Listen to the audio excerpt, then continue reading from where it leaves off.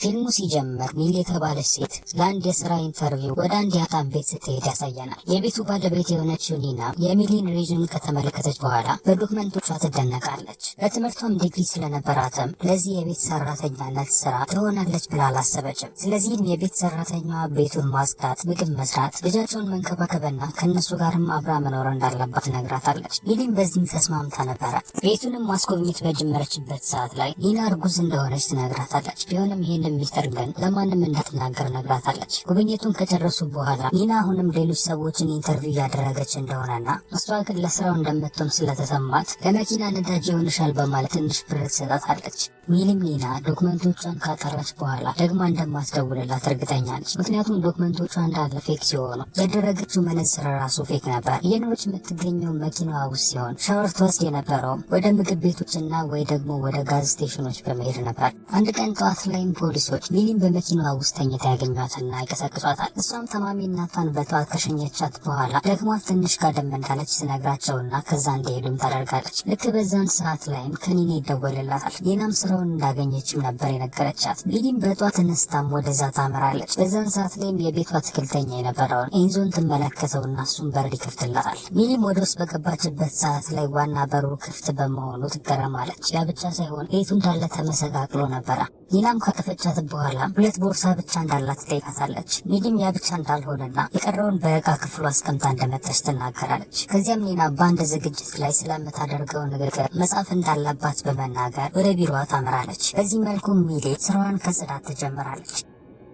ማታ ላይም ክፍሉ ወደ ጽዱነቱ ተቀይሯል። የኒና ባል የነበረው አንድሪዮና ልጇ ሲሲም አንድ ላይ ወደዛ ቤት ይመጣሉ። ኒናም ከተመለከተቻቸው በኋላ ከሚሊ ጋር ታስተዋውቃቸዋለች። ኒናም ስለ ሚሊ አንድሪዮን አማክረው ስላልነበረ በዚህ ይናደዳል። ይሁን እንጂ ሚሊ እዚህ በመምጣቷ እንኳን ደህና መጣሽ ይላታል። ከዚያም ሚሊ ረፍት ለማድረግ ስትል ወደ ተሰጣት ክፍል ታመራለች። ይሁን እንጂ በሩ በውስጥ በኩል ቁልፍ እንደሌለውና ያለው አንድ መስኮትም የማይከፈት መሆኑንም ትገነዘባለች።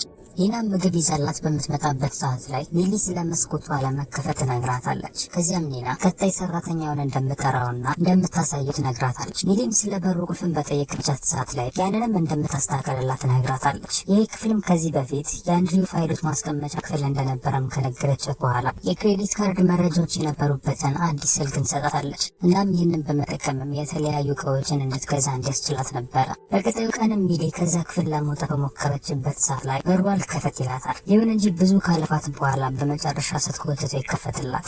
በድንገትም መታች ጩኸትን ትሰማና ያንን ለማጣራትም ስትወርድ በኪችን ውስጥ እቃዎቹን እንዳለ እያመሰቃቀለች የነበረችው ኒና ትመለከታታለች። ኒናም ይህንን እያደረገች የነበረችው ለንግግሯ አዘጋጅታ የነበረው ወረቀት በመጥፋቱ ምክንያት ነበረ። አንድሪውም ወደዛ በመጣበት ሰዓት ላይ ኒና ሚሊ የንግግሯን ወረቀት እንደሰረችባት ትነግረዋለች። ከዚያም ማልቀስ በምትጀምርበት ሰዓት ላይም አንድሪውም ያነሳትና ያጽናናታል። ከዚያም አሁን ሻወር እንድትወስድና አረፍ ብላም የጠፋባትን ጽሑፍም መጻፍ እንደምትችልም ይነግራታል። ከዚያም ኒና ሚሊ በድጋሚ እንደዚህ አይነት ነገርን እንዳትሰራና ቀኗንም እንዳበላሸችባት ትነግራታለች። ሚሊም ክርክር ላለመፍጠር በሚል ባላጠፋችው ጥፋት ይቅርታ ትጠይቃታለች።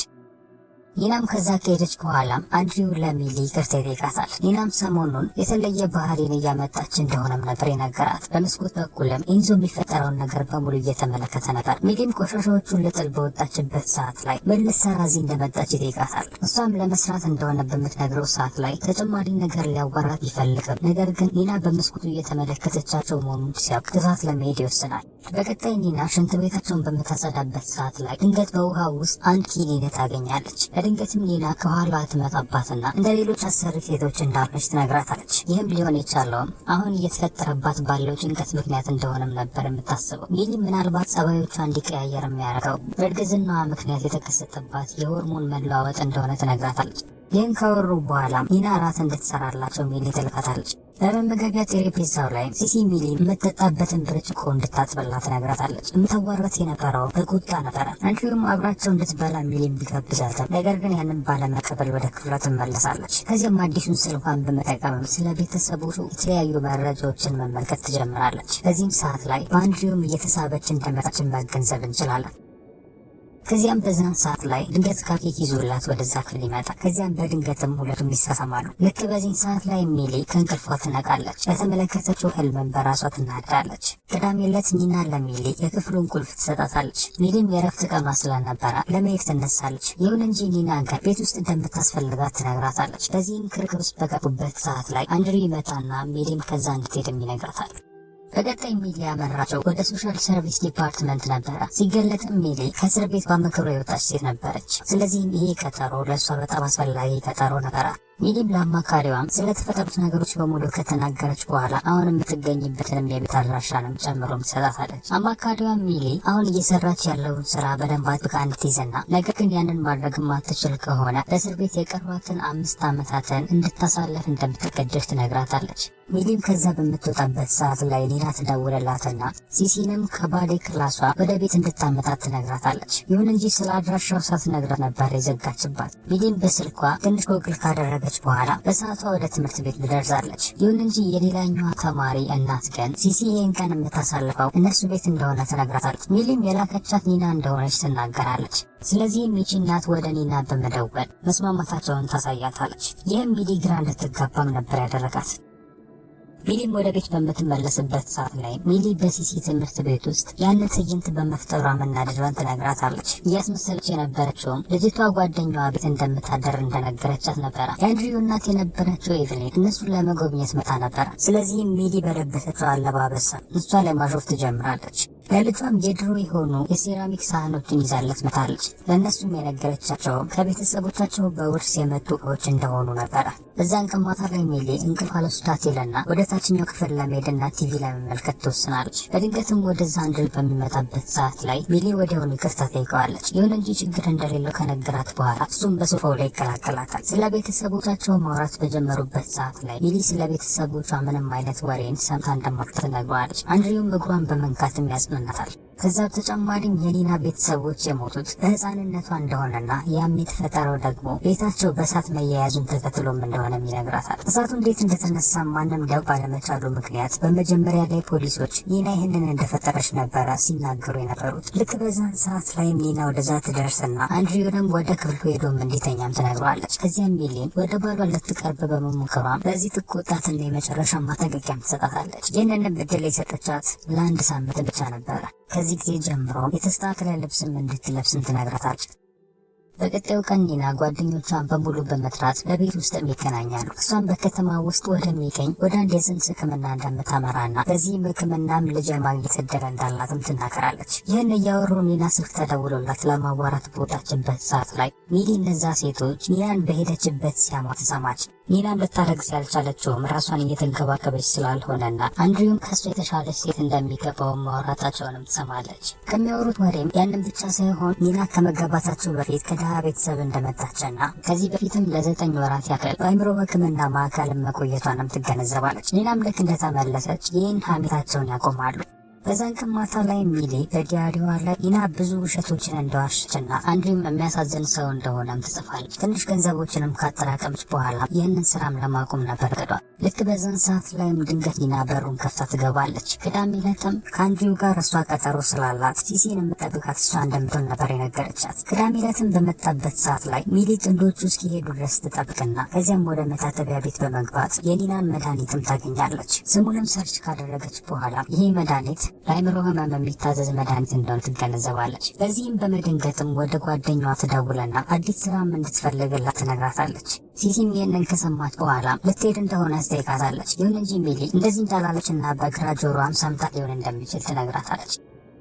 በቀጣይ ሲሲ በአሻንጉሊት ቤቷ በምትጫወትበት ሰዓት ላይ ሚሊ የእሷን ዕቃ ከክፍሏ መውሰዷን ተከትሎ በዛ ትቆጣታለች። በድጋሚም ወደ እሷ ክፍል እንዳትገባም በነገረቻት ሰዓት ላይ ሲሲም እሷም ልክ እንደዚሁ ማድረግ እንዳለባት ትነግራታለች። ድንገት በዚህን ሰዓት ላይ በሩ በኃይለኛው ሲዘጋና የሲሲ ቤተሰቦችም ሲጫጫሁ ይሰማሉ። ኒናም ወደ ኮሪደሩ በደረሰችበት ሰዓት ላይ ያለቀሰች ነበር። እንዲሁም ወደዛ ክፍል ከደረሰም በኋላ ሚሊ ሊጠራትና ገብታቸው ማውራት እንዳለባቸው ይነግራታል። እናም በዚህን ሰዓት ላይ ነገራትም ኒና የሆነ የማህፀን ችግር እንዳለባት እንዳለባትና ለረጅም ጊዜም ልጅ ለመውለድ ቢሞክሩም እየተሳካላቸው እንዳልሆነ ይነግራታል። ሲሲም ኒና ከቀድሞ ፍቅረኛው የወለደቻት ልጇ ስትሆን ከሱም እስካሁን ምንም ልጅ አልወለዱም። መሀል ሌሊት ላይ ሚሊ የሆነ ጩኸትን ትሰማና ከእንቅልፏ ትነቃለች። ወደታችን በወረደችበት ሰዓት ላይም ጥንዶቹ በክፍላቸው ውስጥ እየተጨቃጨቁ መሆናቸውንና የተለያዩ እቃዎችንም እየተወራወሩም እንደሆነ ትገነዘባለች። በሩንም ባንኳኳችበት ሰዓት ላይ ኒና በሩን ትከፍትላታለች። በእጇም ደም የነበረበትን የተቆረጠ የመስታወት ቁራጭን ይዛለች። ሚሊም አንድሬው ደህና መሆኑን ለማጣራት የሱስን በተጣራችበት ሰዓት ላይ ኒና በዛ መሳቅ ትጀምራለች።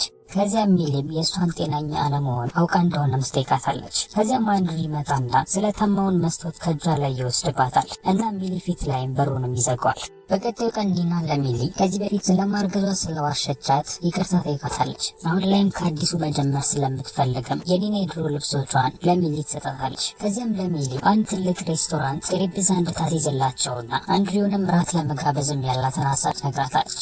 ሲሲም በዛን ቀን በጓደኛዋ ቤት ስለምትውል እሷም ይህንን ቀን እረፍት ማድረግ እንደምትችል ትነግራታለች። በሲሲ ባሌ ክላስ ላይ እዛ የነበረችው አንዲቷ ሞግዚት ለሚሊ ኒና ወደ አይምሮ ሕክምና ማዕከሉ የተላከችበት ምክንያት ሲሲን ወደ መታጠቢያ ቤት ውስጥ ከታት ስትገላት በመሞከሯ እንደሆነ ትናገራለች።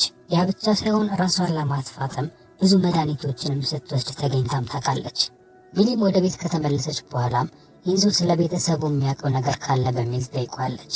ኢንዞም እዚህ መምጣት እንዳልነበረባት ይነግራታል። ነገር ግን ተጨማሪ ነገር ከማውራታቸው በፊት ኒና በመሃላቸው ትገባና ሚሊንም ኢንዞን እንዳታዋራው ትነግራታለች።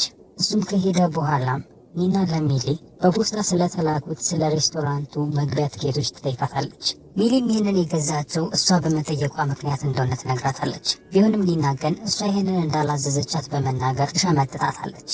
ቅዳሜ ላይም ከልጇ ሲሲ ጋር ወደ ዲሲ እንደሚሄዱና የዚህ የሬስቶራንት ክፍያ ደግሞ ድጋሚ እንዲመለስላት ማድረግ ባለመቻሏ ምክንያት ገንዘቡን ከሚሊ ደሞዝ ላይ እንደምትቆርጠው ትነግራታለች።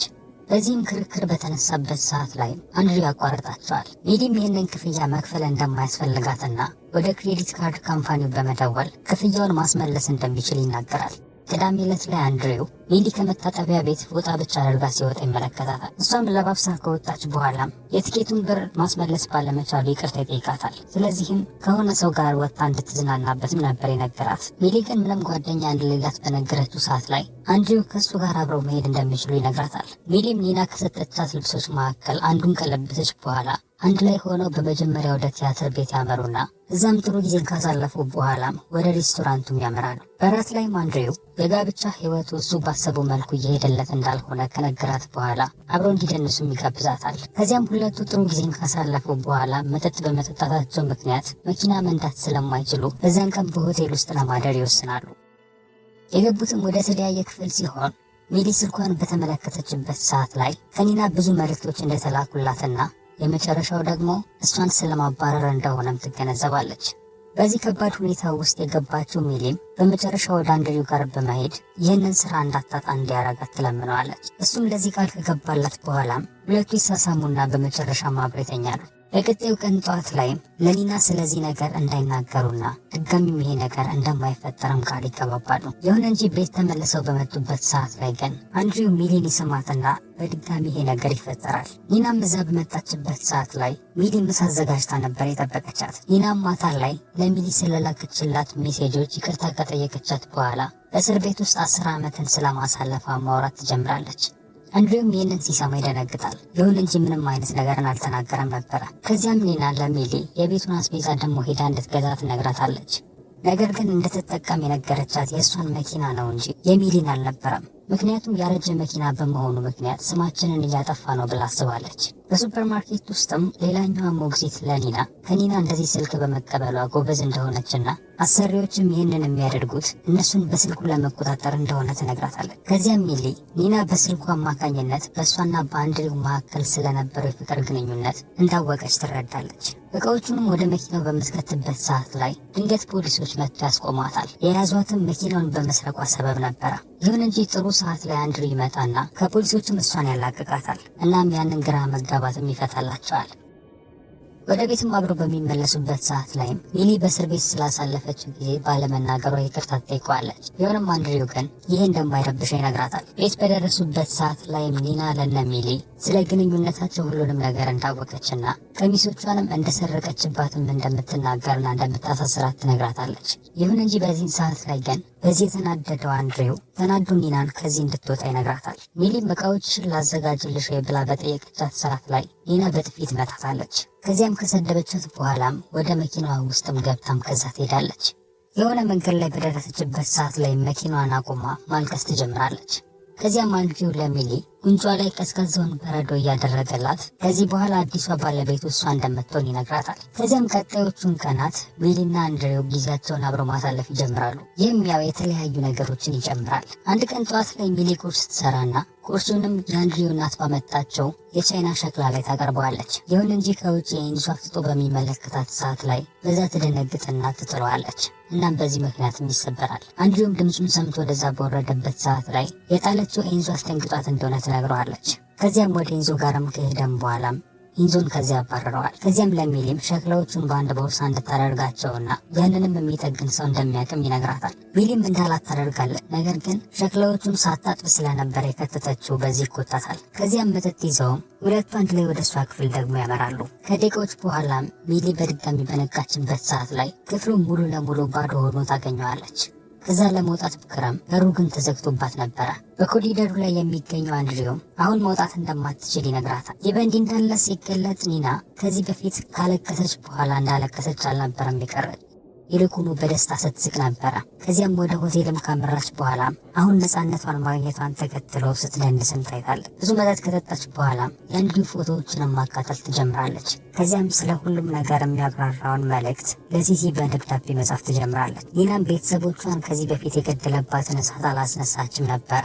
ይሄ ግን እሷ ላይ በጣም ትልቅ ጫናና አሳድሮባት የነበረ ሲሆን ያደገችውን በወላጅ አልባ ልጆች ማሳደጊያ ነበረ። ከዚያም ወደ ሕግ ትምህርት ቤት ስኮላርሺፕ ካገኘች በኋላ እዛ ስትማር አስተማሪዋ ከነበረው ፕሮፌሰር ፍቅር ይዛትና ሲሲንም ልትወልዳት የቻለችውም ከሱ ነበረ።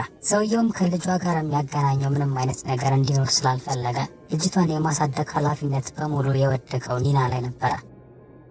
በህግ መስሪያ ቤት ውስጥም እየሰራች በነበረችበት ሰዓት ላይ ድንገት በአንድ አጋጣሚ ከአንድሪው ጋር ትተዋወቃለች።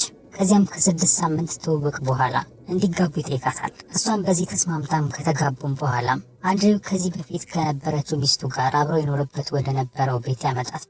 ኒናም ይህንን በተገነዘበችበት ሰዓት ላይ ነበረ ከሱ መራቅ የነበረባት። ይሁን እንጂ ያንን ችላትልና አንድሪው ጸጉሯን እሱ በፈለገው መልኩ እንድትቀባ ባዘዛት ሰዓት ላይ ያንን መቀባት ትጀምራለች። ከዚያም በሚያስገርም መልኩም ጸጉሯን በየቀኑ በሚባል መልኩ ቀለሙን በደንብ መቀባቷን ያረጋግጥ ነበረ። አንድ ቀንም ኒና ሲሲን በማሳደግ ስራ ላይ በጣም ቢዚ ሆና ስለነበረ ጸጉር ቤት ሄዳ ቀለሙን ልትቀባ አልቻለችም ነበረ። አንድሪውም ይህንን በተመለከተበት ሰዓት ላይም ወደዛ ክፍል ሄዳ ፋይሉን እንድታመጣለት ይነግራታል። ኒናም ሄዳም ሳጥኖቹን ብትከፍትም ነገር ግን ምንም አይነት ፋይል ልታገኝ አልቻለችም ነበረ። እናም ትኩረቷም እዛ ላይ በነበረበት ሰዓት ላይ ድንገት አንድሪው ይመጣና በሩንም ይቆልፍባታል። ይህንን የሚያደርገውም በጊዜዋ ሄዳ ጸጉሯን ቀለም ባለመቀባቷ እንደሆነም በመናገር አንድ ፖስታን ይሰጣትና በዚህም ውስጥ 100 የጸጉሯን ቅንጣቶችን እንዳለ ከጭንቅላት ውስጥ ነቅላ እንድትከት ይነግራታል። ከነዚህም ውስጥ ከነሱ ሊወጣ ያልቻለ የጸጉር ቅንጣት አንድ እንኳን ካገኘ ድጋሚ ከዜሮ መጀመር እንዳለባት ነበር የነገራት። ኒናም ይህንን ለማድረግ አልፈለገችም ነበረ።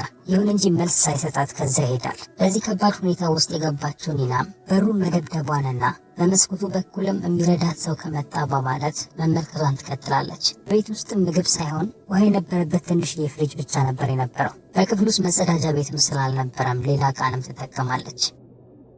በመጨረሻም ሌላ ምርጫ ስላልነበራት በህመም ውስጥም ሆናም ቢሆን ከጸጉሯ 100 ቅንጣቶችን ትነቅላለች።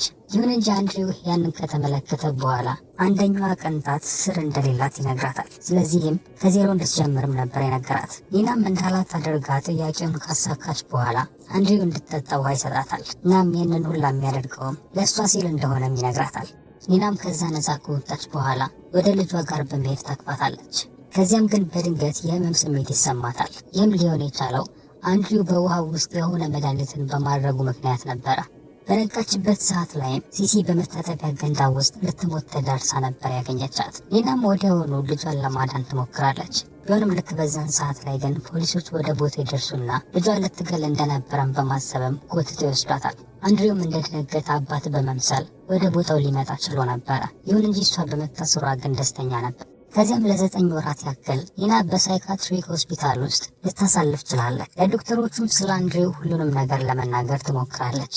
ቢሆንም ግን ሁሉንም መረጃዎች አጥፍቶባት ስለነበረ ማንም ሰው ሊያምናት አልቻለም። በመጨረሻም ኒና ልጇ ሲሲል ልትገላ እንደነበረ ታምናለች። ዶክተሮቹም ይህንን ሲሰሙ እንደተሻላት ማሰብ ይጀምሩና ወደ ቤቷም እንድትሄድ ይፈቅዱላታል። ከዚያም ቀጣዮቹን ዓመታትም ምንም እንኳን አንድሪው ስለሷ መጥፎ ነገሮችን እንኳን ቢል ዝምተኛ ሚስት ሆና መኖሯን ትቀጥላለች። ከሷም ልጅ እንዲኖረው ቢፈልግም ነገር ግን ኒና የእርግዝና መከላከያን በመጠቀምና ዶክተሩ መሃን ነች ብሎ እንዲናገር ጉቦን በመስጠት ከሱ ልጅ እንዳትወልድ ታደርጋለች። ኒናም ትናንሽ ስህተቶችን ከሰራች አንድሪው ወደዛ ክፍል ውስጥ የሚያስገባት ይሆናል። ኒናንም የሚያምናት የነበረው ኤንዞ ሲሆን እሷንም ከዚህ ለማስመለጥ ሲሞክርም ነበረ። በመሃል ላይ ግን አንድሪው ይዛቸውና በድጋሚ ወደ ሆስፒታሉ እንድትገባም ያስደረጋል።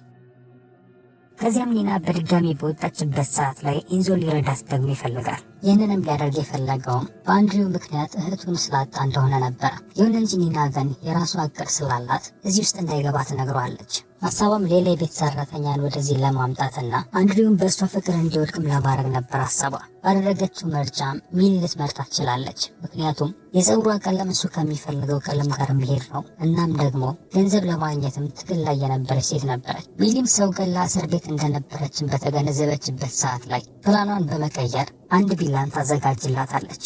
ወደ አሁኑ ጊዜ ስንመለስ ሚሊ ልጇን ሲሲ ከትምህርት ቤት ትወስዳታለች። እናም በዚህ መልኩም አብረው ከዛ እንዲያመልጡ ነበር እቅዷ።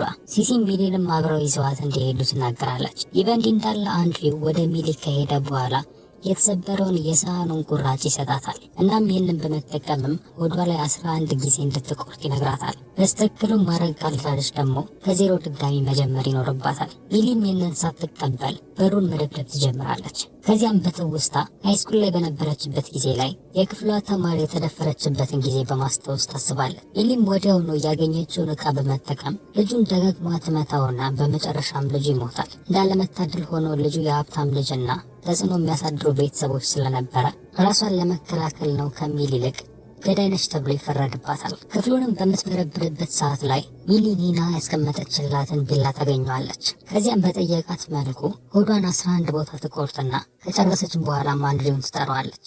ይሁን እንጂ ጠዋት እስከሚሆን ድረስ አልመጣም ነበረ። ከዚያም በቀስታ እሷን ማዋራትና ወደፊትም ጥሩ ህይወት እንደሚኖራቸው በሚነግራት ሰዓት ላይ ድንገት ሚሊ በቢላዋ አንገቱን ትወገዋለች። ከዚያም ለማምለጥ በምትሞክርበት ሰዓት ላይም አንድሪ ይመታትና ጎትቶ ያስገባታል። ይሁን እንጂ ሚሊም እንደዛው ትመታውና ከክፍል ውስጥ መውጣት ትችላለች። ከቆለፈችው በኋላም ሚሊ ወደ ኪችኑ በማምራት ምግብ መብላት ትጀምራለች። በአንድሪው ስልክ ላይም አንድሪው እስካሁን ድረስ ተፋቶ ከሆነ በሚል የጠየቀችውን የእናቱን ሜሴጅ ትመለከታለች። ሚሊም ተናዳ የተለያዩ እቃዎችን ይዛ ከሄደች በኋላ አንድሪውን ማዋራት ትጀምራለች።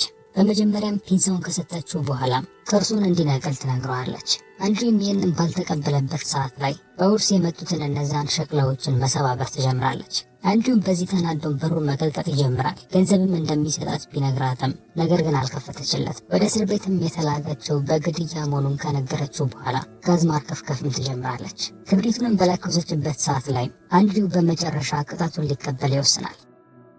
ፒንሳውንም ይዞም በህመም እየጮኸ የጠየቀችውን ማድረግ ይጀምራል። ሚሊም ከራሱ ስልክ ጋር የተገናኘውን የሲሲቲቪ ካሜራን መመልከት ትጀምራለች። ጥርሱንም ከበሩ ስር ከላከላት በኋላም ሚሊ ትይዘውና ጠዋት ላይ እንደምትመለስ ትነግረዋለች። በዛን ቀን ማታ ላይ ሚሊ ቲቪው ፊት ለፊት እንቅልፍ ይወስዳታል። ኒናም ወደ ቤት በዛን ቀን ላይ ተመልሳ ነበረ። እላይኛው ክፍል ላይም የሚበራውን መብራት ከተመለከተች በኋላ ሚሊ አሁንም እዛ ውስጥ እንዳለች ታስባለች። ስለዚህም ወደዛ ክፍል በመሄድ እሷን ለማትረፍ ነበር እቅዷ። በተመሳሳይ ጊዜም ሚሊ ድንገት ትነቃና በሲሲቲቪ ካሜራውም የሚፈጠረውን ነገር ትመለከታለች። ወደ ላይኛውም ክፍል በሄደችበት ሰዓት ላይም ኒና ለአንድሪው በሩን ስትከፍት ትመለከታለች። እሱም ወዲያውኑ ገፍትሮም ይጥላታል። ሚሊም ሸክላውን በመጠቀምም ጭንቅላቱ ላይ ትሰብረዋለች። ይህም እሷን መከተል እንዲጀምር ያደረገው ሲሆን በመጨረሻም ይዟት ሊያንቃት ይሞክራል። ቢሆንም ሚሊ እጁን ነክሳ ካላቀቀችው በኋላ መተው ደግሞ ትሄዳለች። አንድሪውም እሷን መፈለጉን በቀጠለበት ሰዓት ላይ የትኛውን ቦታ ላይ ሊያገኛት አልቻለም። በመጨረሻ ግን ኒናን ያገኛታል። ከዚያም እሷን ይቅርታ በመጠየቅም ድጋሚ ህይወታቸውን አብረው እንዲጀምሩ ይጠይቃታል። የሚጠቀመው አሳማኝ የነበሩ ቃላቶችን ነበረ። ይሁን እንጂ ኒና ግን አውሬ እንደሆነ ትነግረዋለች። እሱም በዚህ ጊዜ ላይም ሊመታት ይሞክራል። ይሁን እንጂ ሚሌ ግን ድንገት ከኋላው ትመጣና ገፍትራ ወደ ታች ትጥለዋለች። ደረጃውም አንድሪውን በተደጋጋሚ የመታው ሲሆን በወደቀበት ሰዓት ላይ ወዲያውኑ ነበር የሞተው። ኒናም አምፖሉንም በመጣል አምፖሉን ለመቀየር ሲል የሞተ እንዲመስል ታደርጋለች። ይሁን እንጂ ሚሌ ግን ይህንን ማንም ሊያምን እንደማይችል ትነግራታለች። ቢሆንም ኒና ግን ከዚህ በላይ ምንም ማድረግ አልፈለገችም። ሚሊም የአንድሪውን ጥርስ እዛው ቦታ ላይ ካስቀመጠች በኋላ ኒና ወደ ኤንዞ በመደወል መጥቶ እንዲያጸዳዳ ትነግረዋለች። ፖሊሶችን በመጡበት ሰዓት ላይ ኒና ባሏ እንደሞተባት ሚስት ማስመሰል ትጀምራለች። ኦፊሰሯም እንደተወጋ የሚያሳይ ምልክት እንዳገኙ ትነግራታለች። እናም ከላይ መውደቅም ይህንን እንደማያስከትልም ነበር የነገረቻት። ይሁን እንጂ ኦፊሰሯ ከዛ በተጨማሪ የአንድሪው የመጀመሪያ ሚስት የእሷ እህት እንደነበረች ትነግራታለች። ይሁን እንጂ ከተፋቱ በኋላ ግን አሁንም ጥሩ ሁኔታ ላይ አልነበረችም። ስለዚህም ለእሷ ለመበቀል ስትል ፖሊሷ የአንድሪው ሞት አደጋ ነው ብላ ለመደምደም ትወስናለች። በቀጣዩ ቀን በቀብር ስነ ስርዓቱ ላይ የአንድሪው እናት በአንድሪው ጥርስ ላይ ስለተፈጠረው ነገር መጠየቅ ትጀምራለች። ያ ብቻ ሳይሆን ኒና ሲሲን ባለበሰችበት መንገድም መቆጣትም ትጀምራለች። ከዚያም ኒና ወደ ሚሊ ቀርባ በመሄድም $100,000 ቼክ እንሰጣታለች። ይህንንም ያደረገችውም ኒና ከዜሮ እንድትጀምር ነበረ። በቀጣዩ ትዕይንት ላይ ሚሊ ወደ ሌላ የሀብታም ቤት ደግሞ ኢንተርቪው ለማድረግ እንደሄደች እንመለከታታለን። ይህችም ሀብታም ሴት ሚሊ ልትቀጥራት ያሰበችው በኒና ጠቋሚነት ነበረ። ይህች ሴትም ባሏ ጥቃት እንደሚያደርስባት ከነገረቻት በኋላ ሚሊ ልትረዳት እንደምትችል ትምልላታለች። ፊልሙም ልክ እዚህ ጋርም ያበቃል። ከተመቻችሁ ላይክ እና ቻናሉን ደግሞ ሰብስክራይብ ማድረግ እንዳትረሱ። በሌላ ቪዲዮ እስከምንገናኝ ድረስ ግን ቻው።